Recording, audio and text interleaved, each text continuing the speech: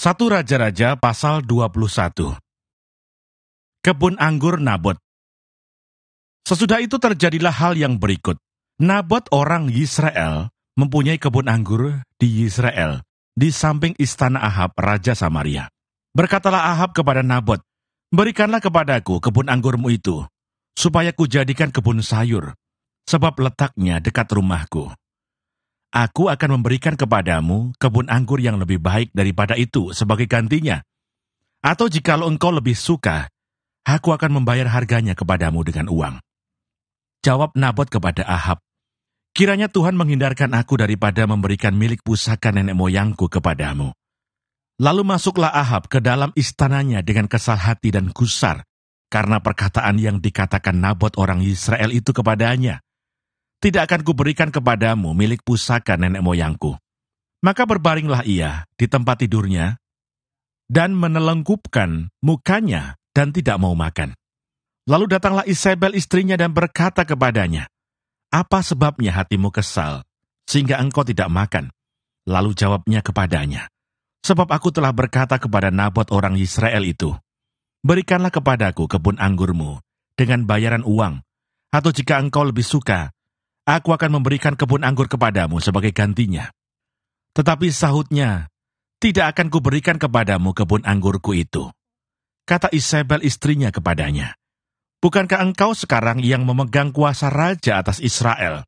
Bangunlah, makanlah, dan biarlah hatimu gembira. Aku akan memberikan kepadamu kebun anggur Nabot orang Israel itu." Kemudian ia menulis surat atas nama Ahab, memeteraikannya dengan meterai raja, lalu mengirim surat itu kepada tua-tua dan pemuka-pemuka yang diam sekota dengan Nabot. Dalam surat itu ditulisnya demikian, "Maklumkanlah puasa, dan suruhlah Nabot duduk paling depan di antara rakyat.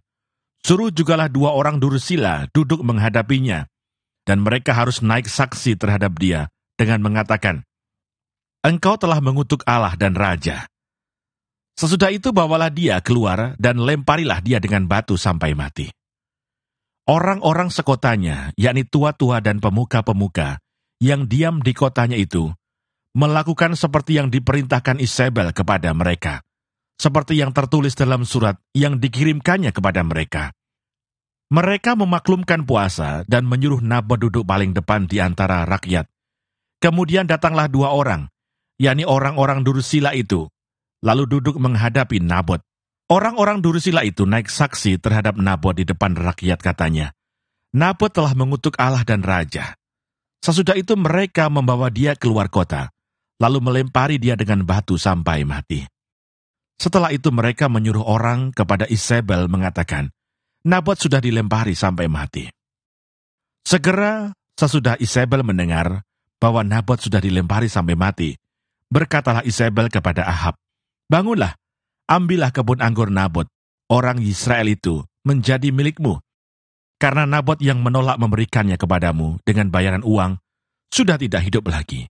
Ia sudah mati." Segera sesudah Ahab mendengar bahwa Nabot sudah mati, ia bangun dan pergi ke kebun anggur Nabot orang Israel itu, untuk mengambil kebun itu menjadi miliknya. Tetapi datanglah firman Tuhan kepada Elia orang Tisbe itu bunyinya, "Bangunlah, pergilah menemui Ahab, raja Israel yang di Samaria.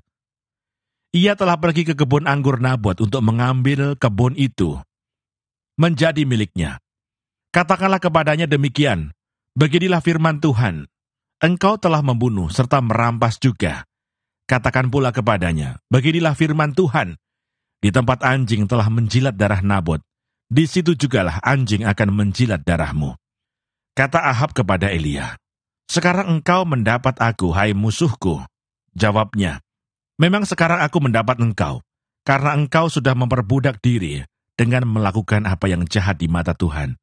Sesungguhnya, aku akan mendatangkan malapetaka kepadamu. Aku akan menyapu engkau dan melenyapkan setiap orang laki-laki dari keluarga Ahab, baik yang tinggi maupun yang rendah kedudukannya di Israel. Dan aku akan memperlakukan keluargamu sama seperti keluarga Yerobeam bin Nebat, dan seperti keluarga Baesa bin Ahia, oleh karena engkau menimbulkan sakit hatiku, dan oleh karena engkau mengakibatkan orang Israel berbuat dosa." Juga mengenai Isabel, Tuhan telah berfirman, anjing akan memakan Isabel di tembok luar Israel. Siapa dari keluarga Ahab yang mati di kota akan dimakan anjing, dan yang mati di padang akan dimakan burung di udara. Sesungguhnya tidak pernah ada orang seperti Ahab yang memperbudak diri dengan melakukan apa yang jahat di mata Tuhan, karena ia telah dibujuk oleh Isabel istrinya. Bahkan ia telah berlaku sangat keji dengan mengikuti berhala-berhala, tepat seperti yang dilakukan oleh orang Amori yang telah dihalau Tuhan dari depan orang Israel. Segera sesudah Ahab mendengar perkataan itu, ia mengoyakkan pakaiannya, mengenakan kain kabung pada tubuhnya dan berpuasa. Bahkan ia tidur dengan memakai kain kabung dan berjalan dengan langkah lamban.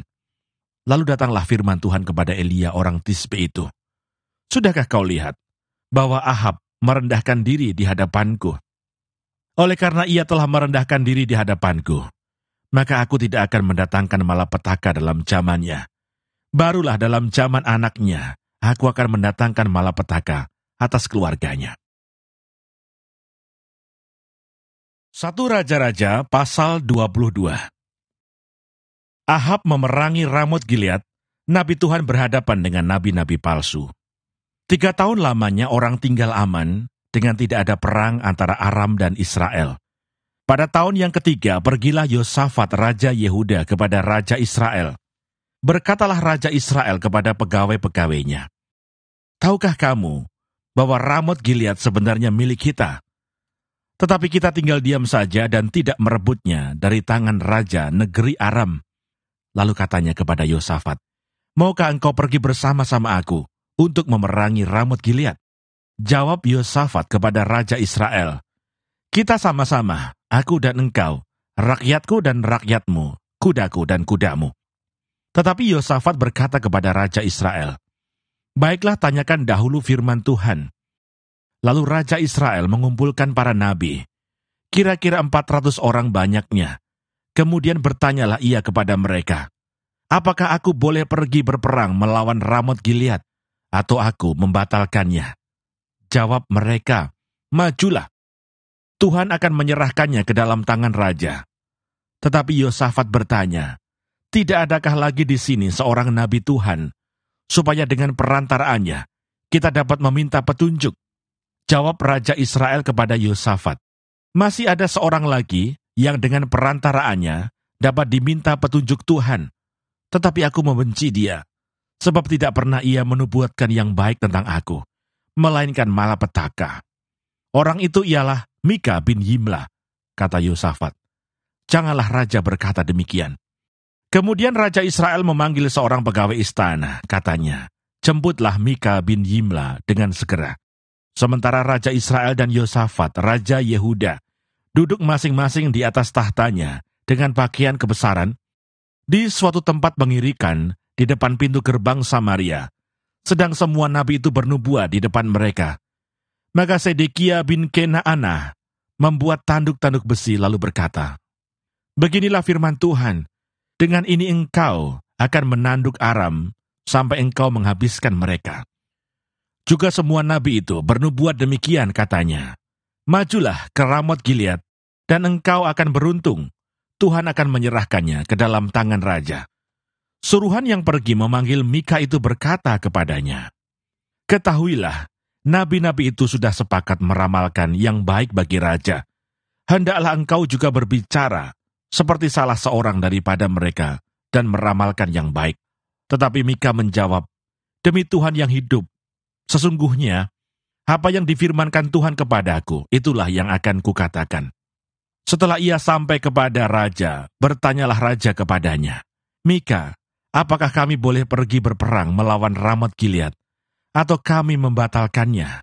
Jawabnya kepadanya, majulah, dan engkau akan beruntung, sebab Tuhan akan menyerahkannya ke dalam tangan raja. Tetapi raja berkata kepadanya, sampai berapa kali aku menyuruh engkau bersumpah, supaya engkau mengatakan kepadaku tidak lain dari kebenaran demi nama Tuhan. Lalu jawabnya, telah kulihat seluruh Israel bercerai-berai di gunung-gunung, seperti domba-domba yang tidak mempunyai gembala. Sebab itu Tuhan berfirman, mereka ini tidak punya tuan. Baiklah masing-masing pulang ke rumahnya dengan selamat. Kemudian Raja Israel berkata kepada Yosafat, "Bukankah telah kukatakan kepadamu, tidak pernah ia menubuatkan yang baik tentang aku, melainkan hanya malapetaka." Kata Mika, "Sebab itu dengarkanlah firman Tuhan. Aku telah melihat Tuhan sedang duduk di atas tahtanya, dan segenap tentara surga berdiri di dekatnya, di sebelah kanannya dan di sebelah kirinya. Dan Tuhan berfirman, siapakah yang akan membujuk Ahab untuk maju berperang, supaya ia tewas di Ramot Gilead?" Maka yang seorang berkata begini, yang lain berkata begitu. Kemudian tampillah suatu roh, lalu berdiri di hadapan Tuhan, ia berkata, "Aku ini akan membujuknya." Tuhan bertanya kepadanya, "Dengan apa?" Jawabnya, "Aku akan keluar dan menjadi roh dusta dalam mulut semua nabinya." Ia berfirman, "Biarlah engkau membujuknya, dan engkau akan berhasil pula. Keluarlah dan perbuatlah demikian. Karena itu, sesungguhnya Tuhan telah menaruh roh dusta ke dalam mulut semua nabimu ini. Sebab Tuhan telah menetapkan untuk menimpakan malapetaka kepadamu."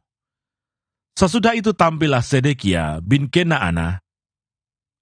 Ditamparnyalah pipi Mika serta berkata, "Mana boleh roh Tuhan pindah daripadaku untuk berbicara kepadamu?" Tetapi Mika menjawab, "Sesungguhnya engkau akan melihatnya pada hari engkau lari dari satu kamar ke kamar yang lain untuk menyembunyikan diri."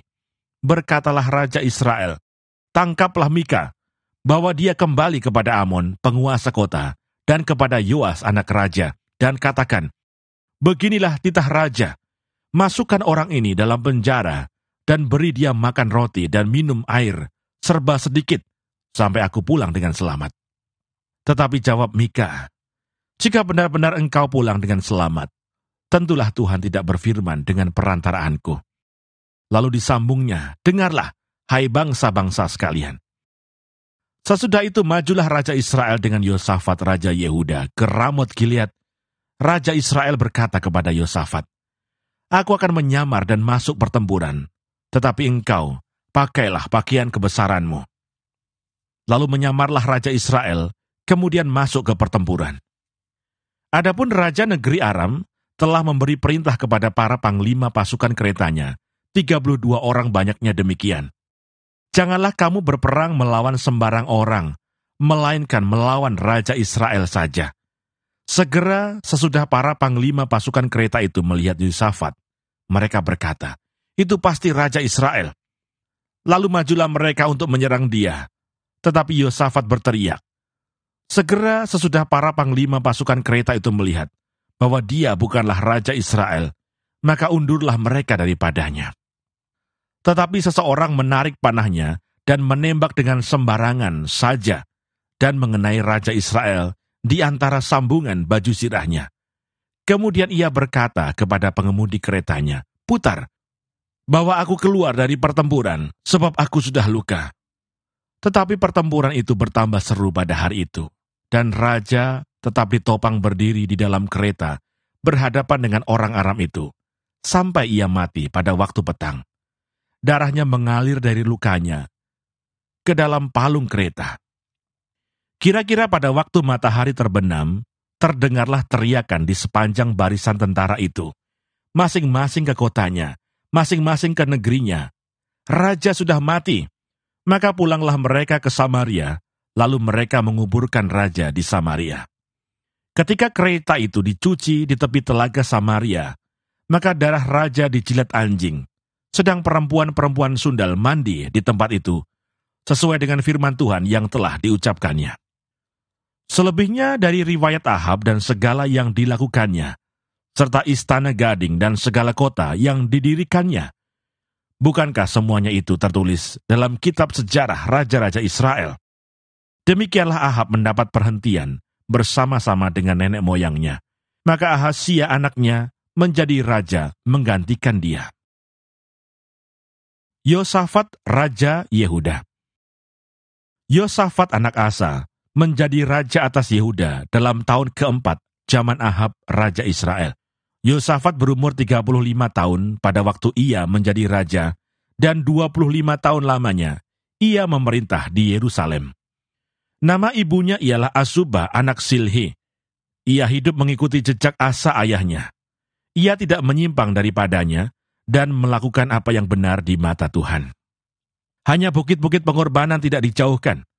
Orang masih mempersembahkan dan membakar korban di bukit-bukit itu. Dan Yosafat hidup dalam damai dengan Raja Israel. Selebihnya dari riwayat Yosafat dan kepahlawanan yang dilakukannya, dan bagaimana ia berperang, bukankah semuanya itu tertulis dalam kitab sejarah Raja-Raja Yehuda? Dan sisa pelacuran bakti yang masih tinggal dalam zaman Asa ayahnya, dihapuskannya dari negeri itu. Tidak ada raja di Edom, karena itu yang menjadi raja ialah seorang kepala daerah. Yosafat membuat kapal-kapal Tarsis untuk pergi ke Ofir mengambil emas. Tetapi kapal-kapal itu tidak jadi pergi ke sana, sebab kapal-kapal itu pecah di Esion Geber.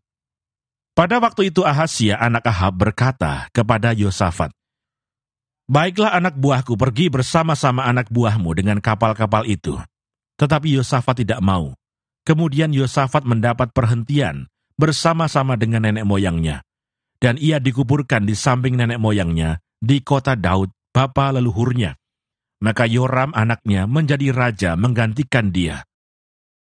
Ahazia Raja Israel. Ahazia anak Ahab menjadi raja atas Israel di Samaria dalam tahun ke-17 zaman Yosafat, Raja Yehuda, dan ia memerintah atas Israel 2 tahun lamanya. Ia melakukan apa yang jahat di mata Tuhan, dan hidup menurut kelakuan ayahnya dan ibunya, dan Yerobiam bin Nebat, yang telah mengakibatkan orang Israel berdosa. Ia beribadah kepada Baal dan sujud menyembah kepadanya. Dan dengan demikian, ia menimbulkan sakit hati Tuhan, Allah Israel, tepat seperti yang dilakukan ayahnya.